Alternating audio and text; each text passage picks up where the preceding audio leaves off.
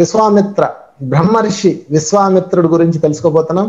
The legend master, grand master, great master, సాధనలో ఉన్న రహస్యాలు చెప్పిన వ్యక్తి, మరి గాయత్రి మంత్రాన్ని భూమి మీద ప్రజలకు అందించిన వ్యక్తి, శ్రీరామచంద్రుడు అంతటి వాడికే గురువైన వ్యక్తి. మరి ఈరోజు మనం ఆయన గురించి చర్చించుకోబోతున్నాం, వారి గురించి తెలుసుకోబోతున్నాం. మరి కార్యక్రమం ప్రారంభించే ముందు గురుదేవుడైన బ్రహ్మర్షి పితామహ పత్రి గారికి మరొకసారి ఆత్మ ప్రణామాలు చెప్పుకుంటూ మనం ప్రారంభించుకుందాం. ఫ్రెండ్స్, సాధకులందరికీ ఆదర్శం విశ్వామిత్రుడు. ఎందుకు ఆదర్శం? ఏంటి ఆయన ప్రత్యేకత? ఏముంది ఆయనలో గొప్పతనం? ఎందుకు ఆయన పేరే ఎక్కడ విన్నా బ్రహ్మర్షి అనగానే విశ్వామిత్రుడి పేరే ఎందుకు వినిపిస్తుంది? ఈరోజు ఈ రహస్యాలని మనం తెలుసుకుందాం. కామక్రోధాదుల్లో ఉంటే సాధకుడు ఎక్కడ పతనం అవుతాడు? మరలా వాటిలో నుంచి బయటపడడానికి ఏం చేయాలి? మరలా ఆ పతాక స్థాయికి వెళ్ళడానికి ఏం చేయాలి? బ్రహ్మర్షి పదవి రావాలంటే ఏం చేయాలి? అసలైన టార్గెట్ బ్రహ్మర్షి. సో ఈరోజు మనం ఈ టాపిక్ లోకి వెళ్తున్నాం. Welcome to all. So my dear friends, ముందుగా విశ్వామిత్రుడి యొక్క స్టోరీని ఆఫ్లైన్స్ లో చెప్పుకుందాం. దాని తర్వాత దాని మీద విస్తారంగా చర్చించుకుందాం. ముందుగా విశ్వామిత్రుడు ఎవరు? విశ్వామిత్రుడు అసలు పేరు కౌశికుడు. ఇతను గాదిరాజు కొడుకు. గాదిరాజు అన్న ఆయనకి ఇతను జన్మించాడు. లేక పుట్టాడు. చాలా గారాభంగా పెంచుతాడు. చాలా సర్వసుఖాల్లో పెంచి పెద్ద చేస్తాడు. మరి రాజు కొడుకే కాబట్టి ఇతను కూడా రాజు అవుతాడు. తర్వాత చక్రవర్తి అవుతాడు. తర్వాత కృషాస్యుడికి అన్న ఒక ఆయన దగ్గర అస్త్ర విద్యలు నేర్చుకొని అతనికి శిష్యుడు అవుతాడు. ఎంతో అద్భుతమైన అస్త్ర విద్యలు ఆయనకు నేర్పుతాడు. ఒక అద్భుతమైన శక్తివంతుడిగా తయారై రాజ్యాన్ని పరిపాలిస్తూ ఉంటాడు. అలా అతని కథ నడుస్తూ ఉంటది. మరి విశ్వామిత్రుడు తన జీవితాన్ని ఆనందంగా, వైభోగంగా, బ్రహ్మాండంగా గడుపుతున్నాడు. మరి చక్రవర్తికి ఏముంది? ఎదురే ఉండదు కదా. భూమి మీద పెద్ద పదవి ఎవరిది అంటే చక్రవర్తే. మన భాషలో అంటే ఇప్పుడు మనం చూసుకోవాలంటే ప్రధానమంత్రిది పెద్ద పదవి. భారతదేశంలో అత్యంత పెద్ద పదవి ఏదంటే ప్రధానమంత్రి. అలాగే రాజ్యంలో అత్యంత పెద్ద పదవి ఎవరిదంటే చక్రవర్తి. సో ఈయన తనకు అడ్డు లేకుండా బ్రహ్మాండంగా ఆయన జీవితం సాగుతున్నప్పుడు మరి ఎప్పుడు జీవితం ఒకలా ఉండదు కదా, తలకిందులు అవుతుంది. ప్రకృతి అన్ని తలకిందులు చేస్తుంది. అలా తలకిందులు అయినప్పుడు ఈ విశ్వామిత్ర జీవితం ఏం జరిగిందో ఒక టర్నింగ్ జరిగింది. ఒకరోజు ఆయన వేటకు వెళ్తాడు. వేటకు వెళ్ళినప్పుడు ఆ వేట బాగా అలసిపోతాడు. ఒక 2000 మంది సైన్యంతో. రాజులకి వేటాడడం వినోదం కదా, సరదాగా వెళ్ళి కొన్ని జంతువులను వేసేసి వాటిని తలకాయలు తెచ్చి తగిలిస్తారు కదా. ఇదంతా రాజుల మధ్య జరిగేదే. మొత్తం మీద అలా తిరుగుతూ బాగా అలసిపోతాడు. అలసిపోయి వశిష్ఠుడు ఆశ్రమంకి వస్తారు. వశిష్ఠుడు ఆశ్రమంకి రాగానే వశిష్ఠుడికి నమస్కారం పెట్టి, అయ్యా మీరు భోజనం చేశారండి, బాగా అలసిపోయినట్టున్నారు అంటాడు వశిష్ఠుడు. అయ్యా చాలా మంది ఉన్నారు, 2000 మంది ఉన్నారు, మరి అందరికీ వద్దులేండి, నాకు మా మంత్రి గారికి 2-3 చాలండి, సైన్యం అంతా ఏదో వాళ్ళు బయట ఏదో అడ్జస్ట్ చేసుకుంటారులేండి అంటే, ఇక్కడ ఏమీ దొరకదు మీకు, 2000 మంది భోజనంకి రండి, మీరు వెళ్ళి నదికి వెళ్ళి పక్కనే నది పారుతుంది, చక్కగా స్నానం చేసి రండి అని పంపిస్తాడు. ఎలాగా ఆయన పెడతాడు? 2000 మందికి ఈ చిన్న ఆశ్రమంలో, ఈ చిన్న కుటీరంలో ఎలా వండుతాడు అని చెప్పేసి ఆయన ఆశ్చర్యంతో వెళ్ళి వస్తాడు. వెళ్ళి వచ్చేటప్పటికి ఆయన బ్రహ్మాండంగా అందరికి భోజనం ఏర్పాటు చేస్తాడు. అన్ని రకాల పదార్థాలతో విందు భోజనం ఏర్పాటు చేస్తాడు. అదంతా సృష్టిగా తింటారు, ఆనందంగా ఉంటారు. కానీ విశ్వామిత్రుడికి అదే కౌశికుడికి డౌట్ వస్తుంది. అయ్యా మీరు ఇదంతా ఎలా అందించారంటే అప్పుడు చెప్తాడు, బాబు నా దగ్గర కామధేను ఉంది, శబల. కామధేను కాదు, కామధేను సంతతి శబల అన్న ఒక శక్తి ఉన్నది నా దగ్గర. అది గోవు అనుకోండి, ఒక గోవు ఉన్నది నా దగ్గర.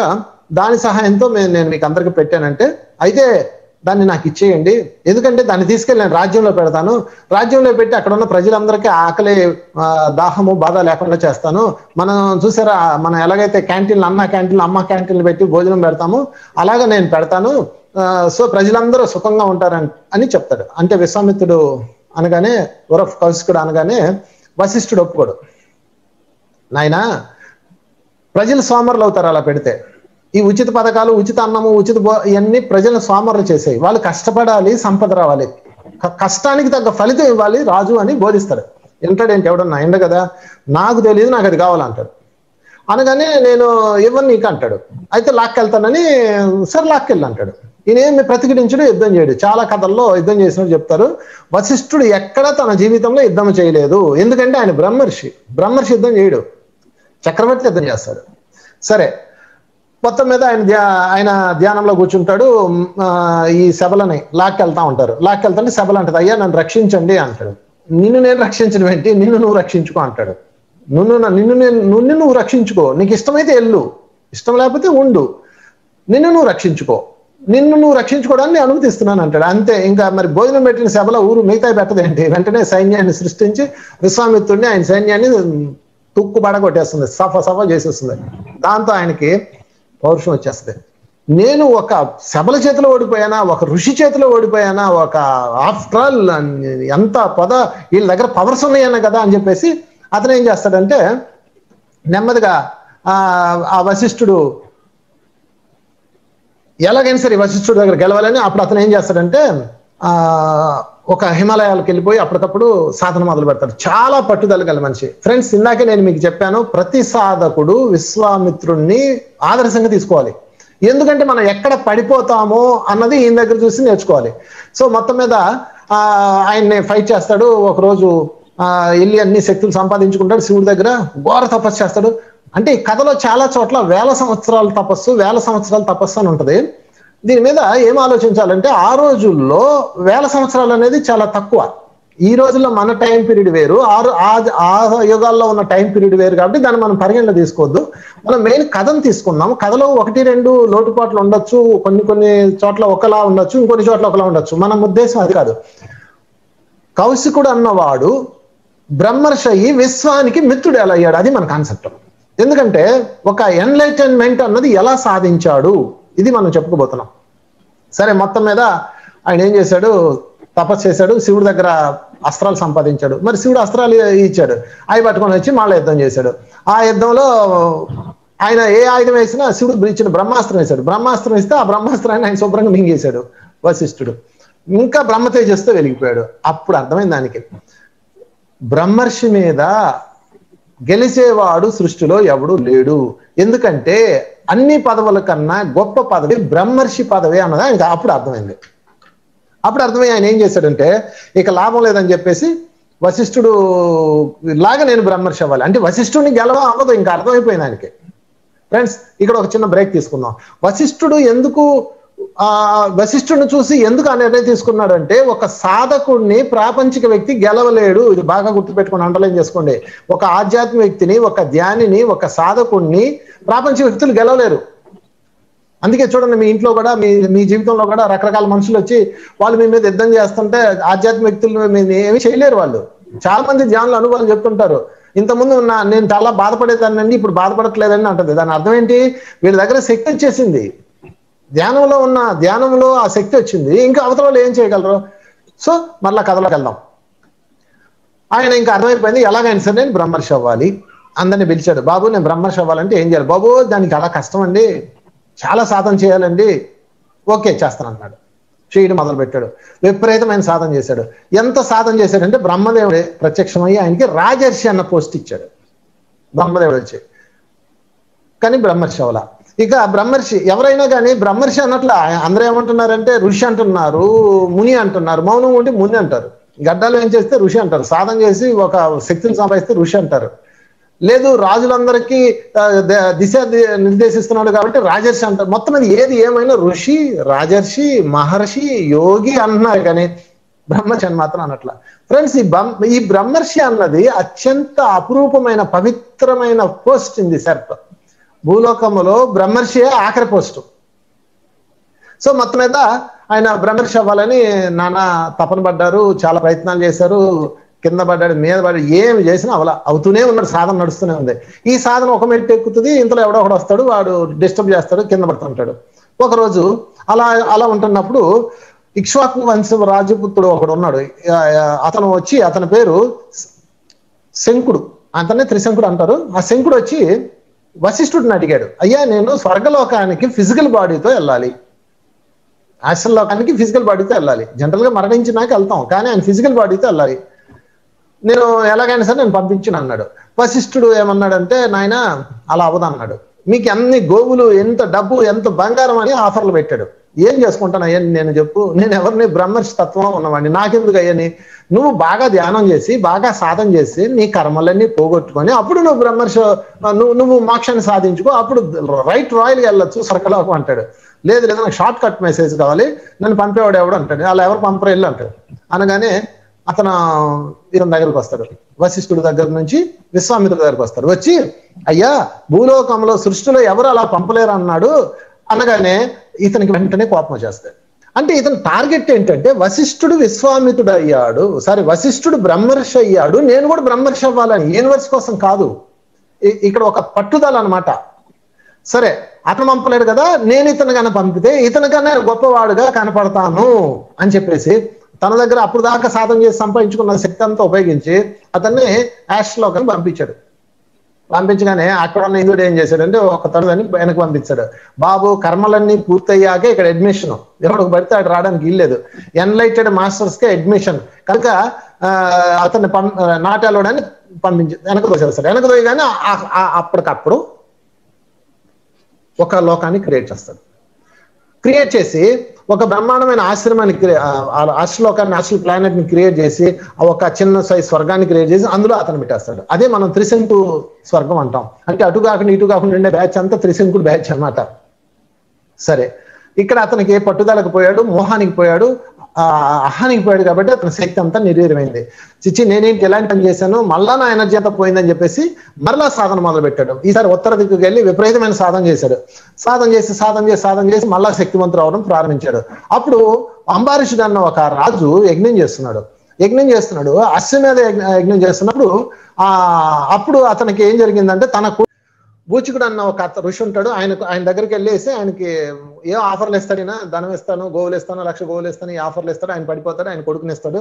ఆయన కొడుకుని తీసుకొని ఈయన వస్తాడు. వచ్చి ఆ యజ్ఞంలో బలిచ్చే టైంలో అప్పుడు విశ్వామిత్రుడు దారిలో వచ్చి విశ్వామిత్రుడిని శరణు కోరుతాడు. విశ్వామిత్రుడు అతనికి కొన్ని మంత్రాలు చెప్పి అతను రక్షిస్తాడు. అంటే ఈ ప్రాసెస్ లో అంటే తన పని కాని దాన్ని తన వేరే వాళ్ళ పనిలో ఏలు పెట్టేయడం వల్ల అక్కడ కొంత ఎనర్జీ పడిపోతుంది.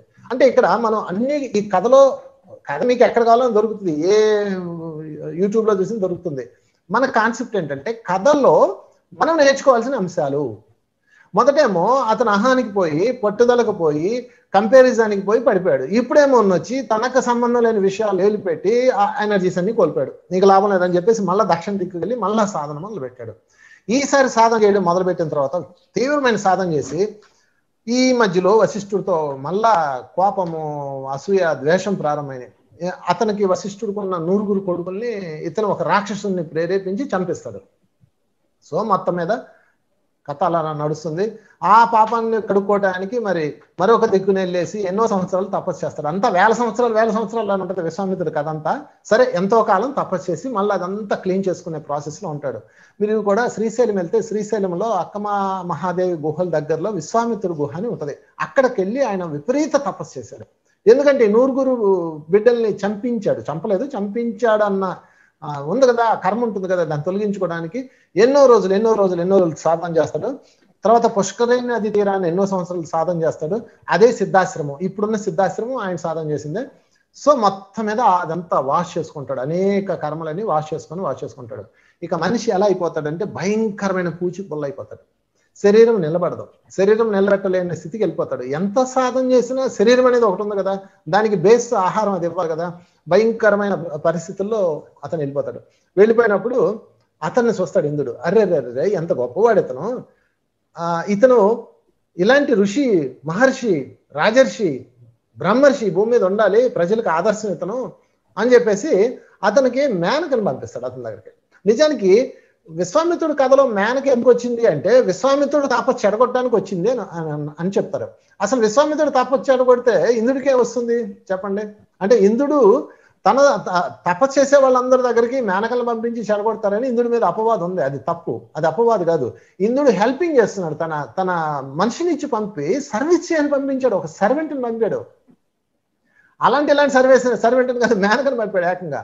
వెళ్ళి మరి పెద్ద ఆయనకి, గురువు గారికి బాగా సేవ చేసి మంచి భోజనం పెట్టి అతను ఏది కోరితే అది చేసి అతనికి ఆనందం ఇవ్వని పంపాడు. ఏమంటే ఎవరైనా పంపుతారా చెప్పండి? కనుక మరి అందుకే ఆయన దేవతల రాజు అయ్యాడు. సో మొత్తం మీద మేనకు వచ్చి చక్కగా ఆయనకి ఒళ్ళంతా శుభ్రంగా చేసి ఆయనకి మంచి దేహానికి పుష్టి కలిగేలాగా ఆహారం పెట్టి కంటికి రెప్పలా కాపాడుతుంది. మళ్ళీ శరీరంలో జవసత్వాలు వస్తాయి. జవసత్వాలు రాగానే అతనిలో మళ్ళీ కామం వృద్ధి అవుతుంది. కామం వృద్ధి అవగానే మేనకతో అతను జీవితం ప్రారంభిస్తాడు. మేనకతో కొంతకాలం గడుపుతాడు, సహజీవనం చేస్తాడు. దాంతో వాళ్ళిద్దరికి ఒక బిడ్డ పుడుతుంది. ఆ బిడ్డ పుట్టగానే ఆమె మరి బిడ్డ పుడితే మిగతా అన్ని ఉండాలి కదా, తిండి తెప్పులు అవన్నీ ఉండాలి కదా, అవన్నీ పడుతూ లేస్తూ పాలని నీళ్ళని ఇళ్ళని ఇదేంటి, నేను అసలు ఎక్కడ ప్రారంభించాను, ఎక్కడికి వచ్చాను, ఒక చక్రవర్తి పదవినే వదిలేసి నేను మళ్ళీ ఇక్కడ ఈ బిడ్డ కోసం జీవితాన్ని ప్రారంభించడం ఏంటి, నో నా గమ్యం ఇది కాదని చెప్పేసి మేనగానే ఆ బిడ్డని వదిలేసి మరలా సాధనకు బయలుదేరతాడు. ఇవన్నీ అండర్లైన్ చేసుకోండి ఈ పాయింట్స్, ఎందుకంటే వీటన్నిటికి లాస్ట్లో మనం పసుపు నేర్పిస్తాం అనమాట. సరే, మొత్తం మీద అతను ఆమె వదిలేసి వెళ్ళిపోతాడు. నీకు అక్కర్లేని బిడ్డ నాకెందుకు అని చెప్పేసి మేనకు కూడా జంప్ అయిపోతుంది. అప్పుడు శాకుంతలం అన్న పక్షులు వచ్చి ఆ బిడ్డని సంరక్షిస్తాయి. కణ్వ మహర్షి వచ్చి ఆ బిడ్డని ఎత్తుకొని తీసుకుని వెళ్ళి పెంచి పెద్ద చేస్తాడు. ఆ తల్లే మన శకుంతల దేవే మన దుష్యంతుడు మహారాజు పెళ్లి చేసుకుంటాడు. వాళ్ళిద్దరికి పుట్టిన బిడ్డ పేరే భారతుడు. ఆ భారతుడు తయారు చేసిన భూమిలోనే మనం ఉన్నాం, అదే భారతదేశం. సో ఫ్రెండ్స్, మళ్ళీ వెనక్కి వెళ్దాం. అంటే విశ్వామిత్రుడు భరతుడికి తాతగారు. గుడ్. ఇప్పుడు విశ్వామిత్రుడు మళ్ళీ వెళ్ళిపోయాడు. మొదటేమో మోహంతో పడిపోయాడు, రెండోసారి ఏమో అనవసరమైన విషయాలు వెళ్ళిపెట్టి పడిపోయారు, తర్వాత ఏమో కామంలోకి వచ్చేసి పడిపోయాడు, అంతకుముందేమో క్రోధంలోకి వెళ్ళి పడిపోయాడు. అంటే తన సాధన బ్రహ్మర్షి యొక్క పదవి కోసం వెళ్తున్నాడు పడిపోతున్నాడు, వెళ్తున్నాడు పడిపోతున్నాడు, వెళ్తున్నాడు పడిపోతున్నాడు. ఇదంతా నేను మనకు ఎందుకు చెప్తున్నాడంటే ఈ సనాతన ఋషితత్వంలో మనం నేర్చుకోవాల్సిన అంశాలు ఉన్నాయి. దీన్ని కథగా తీసుకుందాం. కథలో నీతి ఉంది కదా. మనం కూడా సాధన మొదలు పెడతాం, 2 అడుగులు వేస్తాము, ఈలోపు కథ పేరు వస్తుంది, ప్రఖ్యాతులు వస్తే డామర్ పడిపోతుంటాం. మనం మళ్ళీ ముందుకెళ్తాం, మళ్ళీ వెనక వస్తాం. ఈలోపు ఎవడో వస్తాడు, వాడంటాడు మీరంట అలాంటి వాడు అంట, అదిగో పలానా గురువు ఇలాంటి వాడు అంట అనగా డామర్ వదిలేస్తారు. ఎంత నవ్వొస్తుందంటే ఫన్నీ పీపుల్ మనం. సో ఫన్నీ సాధకులు మనం కనుక స్ట్రాంగ్ గా నిలబడాలంటే విశ్వామిత్రుడిని ఆదర్శంగా తీసుకోవాలి. ఆయన చేసిన తప్పులు మన జీవితంలో దొల్లకుండా చూసుకోవాలి, ఆయన చేసిన ఒప్పులు మన జీవితంలోకి ఆహ్వానించాలి. సో ఫ్రెండ్స్, ఇలా ముందుకెళ్తా ఉంటాడు. ఇంకా చాలా పెద్ద కథ ఉంది, ఇదంతా సరిపోదు కాబట్టి మనకు సమయం షార్ట్ కట్ లో చెప్పుకుందాం. ఇక ఒకరోజు కూర్చుంటాడు, ఆయనకి చాలా విచారం వస్తుంది. ఏం జరుగుతుంది నా చుట్టూతా, ఒక బ్రహ్మర్షి అవ్వాలని నేను ఎక్కడ ప్రయాణం మొదలు పెట్టాను, ఎందుకు బ్రహ్మర్షి అవ్వలేకపోతున్నాను, ఆన్సర్ రాదు ఆయనకి. అప్పుడు ఆయన ధ్యానంలో కూర్చొని నేను ఎందుకు అవ్వలేకపోతున్నాను. గుర్తుపెట్టుకోండి ఫ్రెండ్స్, ఎప్పుడైనా సరే మీకు ఏ క్వశ్చన్ వచ్చినా దానికి ఆన్సర్ ఒక్క చోట నుంచే వస్తుంది, అది యూనివర్స్ నుంచి. ధ్యానంలో కూర్చొని ప్రశ్న అడగండి. ప్రార్థన అంటే అడగడము, ధ్యానం అంటే వినడం.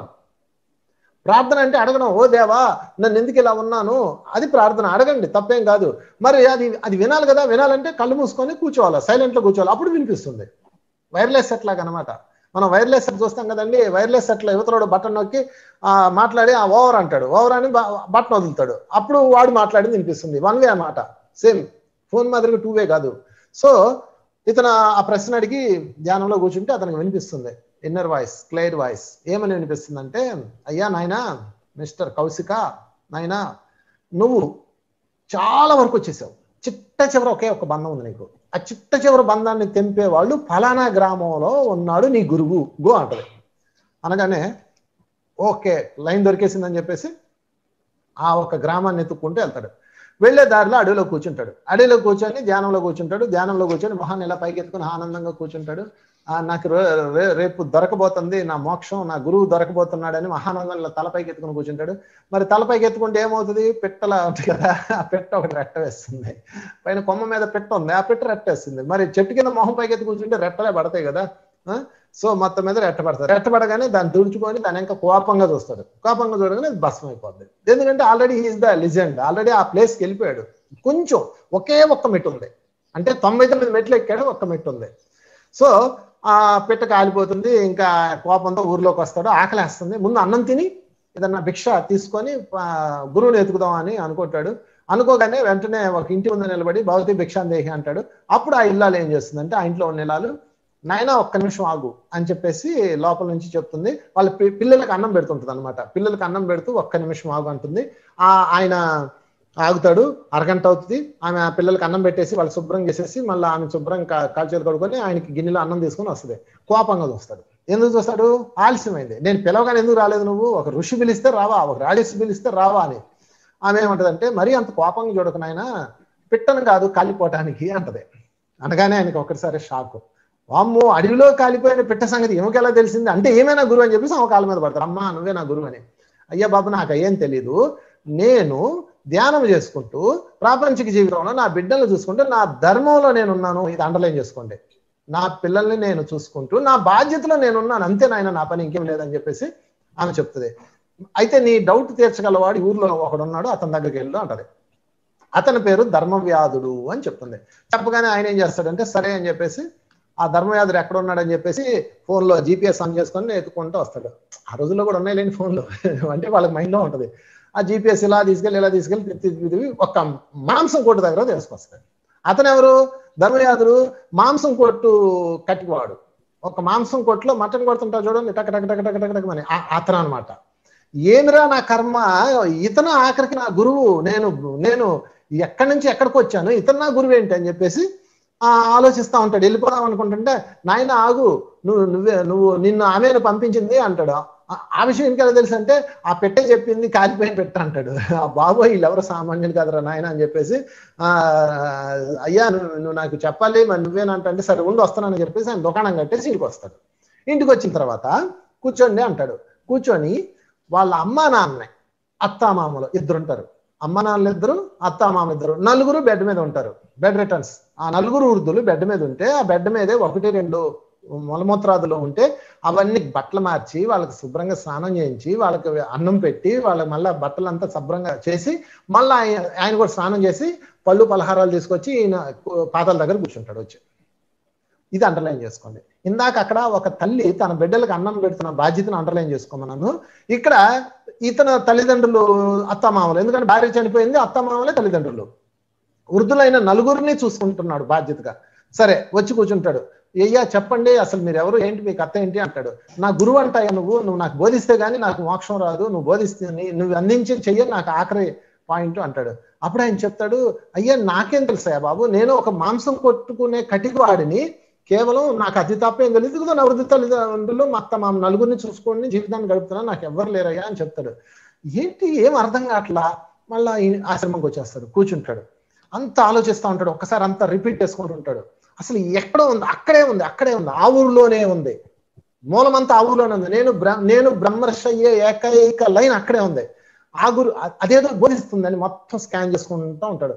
స్కాన్ చేసుకుంటుంటే ఆ ధర్మయాదుని స్కాన్ చేస్తాడు. ఏముంది ఆ ధర్మయాదుడి దగ్గర, అంతా స్కాన్ చేస్తాడు. అప్పుడు కనపడుతుంది వృద్ధులైన తల్లిదండ్రుల్ని అత్తామామల్ని ఎంత కంటికి రెప్పలా చూసుకుంటున్నాడు. మనం ఏమంటాం, కటికవాడు అంటున్నాం. కటికవాడు అంటే అర్థం ఏంటి, వాడు కఠినాత్ముడు అనమాట, జంతువుల్ని సకసక కోసే కఠినాత్ముడు. అలాంటి కఠినాత్ముడు తల్లిదండ్రులను వృద్ధులైన అత్తమామను చూసుకుంటున్నాడు. మరి నేను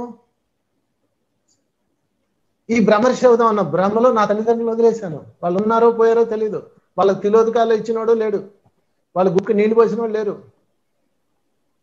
ఇక నా అత్తమామల సంగతి దేవుడు ఎరుగు. అంటే ఒక కటికి వాడి కన్నా తక్కువగా ఉన్నాను నేను. ఇంకా అతని విపరీతమైన దుఃఖం రావడం మొదలుపెట్టింది. ఇక రెండో సీన్ గుర్తు తెచ్చుకున్నాడు. వశిష్ఠుడు ఆశ్రమం ముందు కూర్చొని ఉన్నాడు. రెండో సీను, ఆమె ఒక స్త్రీ, ఆమె తన బిడ్డల్ని ఎంత జాగ్రత్తగా చూసుకుంటుంది. నేనేం చేశాను, నా బిడ్డ, నా ఆనందానికి నా కామానికి పుట్టిన బిడ్డని నేను అడవిలో వదిలేసి వచ్చాను. అది ఏమైపోయిందో కూడా తెలియదు. ఆమె తన ఒక మామూలు సాధారణ గృహిణి చేసే కార్యం కూడా నేను చేయలేకపోయాను. సో నేను ఏ విధంగా బ్రహ్మర్షి అవుతాను? ఫ్రెండ్స్, మానవుడి జీవితంలో అత్యంత ముఖ్యమైన, సాధకుడి జీవితంలో అత్యంత ముఖ్యమైన పాయింట్ ఇదే, టర్నింగ్, యూటర్న్. ప్రతి ఒక్క వ్యక్తి జీవితంలో ఒక టర్నింగ్ ఉంటుంది ఫ్రెండ్స్. ఆ టర్నింగ్ని పట్టుకోవాలి. అది పట్టుకుంటే వాళ్ళ జీవితం అక్కడితో మారిపోతుంది. సో విశ్వామిత్రుడు వర కౌశికుడు ఎదురు కళ్ళు తెరిచి చూశాడు. కళ్ళమ్మ నీళ్ళు కారిపోతున్నాయి. ఒక్క బిడ్డ, అసలు అక్కడ రాజ్యంలో వదిలేసిన బిడ్డలు వాళ్ళు ఏమైపోయారు, నా భార్య ఏమైపోయిందో, వీళ్ళందరినీ వదిలేశాను, ఈ బ్రహ్మర్షి అన్న మోజులో వదిలేశాను, వీళ్ళని గెలవాలి, ఈ వశిష్ఠుని గెలవాలి అన్న తపంతో ఎన్నెన్నో అకృత్యాలు చేశాను. అప్పుడు ఎదురుగా చూస్తాడు బ్రహ్మర్షి, ఎదురుగా కనిపిస్తాడు. ఎదురుగా కనపడితే అదే వశిష్ఠుల వారు కనపడతారు. వశిష్ఠుల వారు కనపడగానే ఆయనకి ఒక్కసారే కళ్ళమ్మ నీళ్ళు వస్తాయి. ఎందుకంటే ఆయన చాలా కష్టపెట్టాను. నేను ఇంకా మానవ జీవితంలో ఒక కటికవాడిలా ఉండడానికి కూడా పనికిరాను, ఒక సామాన్య ఇల్లాలురా ఉండడానికి కూడా పనికిరాను, బ్రహ్మర్షి ఎట్లా అవుతాను నేను అని చెప్పేసి వెంటనే ఆయన వశిష్ఠుడు ఆశ్రమానికి వచ్చేస్తాడు. ఫస్ట్ టైం అంటే అప్పుడెప్పుడో గొడవ పడ్డప్పుడు వచ్చాడు, మరలా ఇప్పుడు వచ్చాడు అనమాట. వచ్చేసి ఆయన కాళ్ళ మీద పడ్డాడు. అయ్యా నన్ను క్షమించండి, నాకు ఈ బ్రహ్మర్షి వద్దు, పాడవద్దు, నేను నిన్ను గెలవాల్సిన అవసరం లేదు, నేను నిన్ను గెలవను, అవసరం కూడా లేదు. నా తల్లిదండ్రుల్ని నేను వదిలేసి వచ్చాను, నా బిడ్డలను ఎరిపోయిందో తెలియదు, నేను బాధ్యతలో లేకుండా ఉన్నాను, సో నేను మీకు మీ పాదాలకు నేను నమస్కరించి చెప్తున్నాను, ఒక్క క్షమాపణ అడుగుతున్నాను మిమ్మల్ని. ఎందుకంటే ఈ వయసులో మీకు బిడ్డలు లేకుండా చేశాను. కేవలం కామ, క్రోధ, లోభ, మోహ, మదమత్సల్యాలతో నేను ఉండి బ్రహ్మర్షి అవ్వాలనుకున్నానే కానీ విశ్వం కోసం బ్రహ్మర్షి అవ్వాలనుకోలేదు. విశ్వం కోసం త్యాగం చేయలేదు. నా బిడ్డలు కానీ నా తల్లిదండ్రులు కానీ నేను విశ్వం కోసం పక్కన పెట్టలేదు. నేను నా కోసమే బలి చేశాను. ఒక కట్టికి వాడుకున్న సున్నితమైన బాధ్యత కూడా నాకు లేదు. ఒక ఇల్లాలికి ఉన్న దయా బాధ్యత కూడా నాకు లేదు. నేను మనిషిగా కూడా పనికిరాను. సో ఐ వాంట్ బికమ్, నేను వెనక్కి వెళ్ళిపోతున్నాను. అయితే ఒక్కసారి మీరు నన్ను క్షమించానండి చాలు అని ఆయన కాళ్ళు పట్టుకొని ఏడుస్తూ ఉంటాడు. కన్నీళ్ళతో ఆయన పాదాలు కరిగిపోతుంటాయి వశిష్ఠుల వారి. అప్పుడు వశిష్ఠుల వారు ఆయన రెండు భుజాలు ఇలా పట్టుకొని బ్రహ్మర్షి పైకిలే అంటాడు. బ్రహ్మర్షి పైకిలే అన్నాడు. అనగానే ఆ రోజుతో కౌశికుడు విశ్వామిత్రుడు బ్రహ్మర్షి విశ్వామిత్రుడు అయ్యాడు. ఫ్రెండ్స్, ఒక రాజు విశ్వామిత్రుడు అన్న రాజు లేదా కౌశికుడు అన్న రాజు బ్రహ్మర్షి అవడానికి మధ్యలో ఎంత జరిగిందో చూసారా? ఎన్ని స్టెప్స్ జరిగినాయో చూసారా? ఫైనల్ గా ఆయన ఎప్పుడు బ్రహ్మర్షి అయ్యాడు అంటే తన కోసం తాను ఆత్మ పరిశీలన చేసుకున్నప్పుడు. నా కోసం అసలు నేను ఎందుకు అవ్వలేదు, ఎప్పుడైతే తను సెల్ఫ్ చెక్ చేసుకోవడం మొదలు పెట్టాడో దాని పేరే స్వ అధ్యయనం. స్వాధ్యాయం అంటే పుస్తకాలు చదవడం, స్వ అధ్యయనం అంటే మనల్ని మనం చదువుకోవటం. ఎప్పుడైతే తనను తాను చదువుకున్నాడో అప్పుడు తను బ్రహ్మర్షి అన్న పిలుపులోకి వచ్చాడు. ఇంకా అక్కడి నుంచి మీకు బ్రహ్మర్షి అయిపోయిన తర్వాత కథ తెలిసిందే. రాముల వారికి గురువు అయ్యాడు ఆయన. ఇంకా వన్స్ బ్రహ్మర్షి అయితే ఫ్రెండ్స్ సృష్టిలో లేనిదేముంది చెప్పండి. రాముల వారికి గురువు అయ్యాడు. రాముల వారి కళ్యాణానికి మూలకారకుడు అయ్యాడు. అహల్యకి రాముడితో శాప విమోచన ఇప్పించాడు. ఎన్ని అద్భుతాలు! ఇంకా అక్కడి నుంచి ఆయన జీవితం అంతా అద్భుతాలే. బ్రహ్మర్షి అయినాక అన్ని అద్భుతాలే ఫ్రెండ్స్. కనుక ఈరోజు మనం ఏం టార్గెట్ పెట్టుకోవాలంటే మనము బ్రహ్మర్షి అవ్వాలి. మన అదృష్టం ఏంటంటే మనకు ఒక గొప్ప గురువు ఉన్నాడు. నీవు కూడా నా వలే బ్రహ్మర్షి అవ్వని చెప్పే బ్రహ్మర్షి పితామహన్ గురువు ఉన్నాడు. ఎంత అదృష్టం ఫ్రెండ్స్ ఇది. నీవు కూడా నా వలే. మరి అప్పుడంటే వశిష్ఠుడు ఉన్నాడు, ఆయన చూసి కాపీ కొట్టి ఆయన బ్రహ్మర్షి అయ్యాడు. మనం ఎవరిని కాపీ కొడదాం? పత్రిజీని కాపీ కొట్టడమే. ఆయన ఎలా మాట్లాడుతున్నాడు, ఎలా ఉంటున్నాడు, ఎలా చూస్తున్నాడు, ఎలా నడుస్తున్నాడు, ఎలాగా తనను తాను సంరక్షించుకున్నాడు, ఎలాగా విశ్వం కోసం పని చేస్తున్నాడు, ఎలాగ త్యాగం చేస్తున్నాడు, ఎలాగ ఉపేక్షిస్తున్నాడు, ఇవన్నీ మనం ఆయన చూసి నేర్చుకోవాలి. సో ఫ్రెండ్స్, ఈ విధంగా వశిష్ఠుల వారు బ్రహ్మర్షి అన్న పిలుపుతో ఆయన ఆ రోజు నుంచి బ్రహ్మర్షి విశ్వామిత్ర అయ్యాడు యూనివర్స్కి. సో ఆ తర్వాత ఆయన గాయత్రి మంత్రాన్ని రచించి మనకు అందించాడు. తర్వాత హరిశ్చంద్రుడు లాంటి వాడికి పరీక్షలు పెట్టి ఆ హరిశ్చంద్రుడి యొక్క గొప్పతనాన్ని విశ్వానికి తెలిసేలా చేశాడు. తర్వాత విశ్వామిత్ర స్మృతి అన్నది 1996 అధ్యాయాలతో ఒక అద్భుతమైన గ్రంథరాజ్యాన్ని మనకు అందించారు. సో అవన్నీ ఇంకా ఆయన విజయాలు చెప్పనాలే కానివి.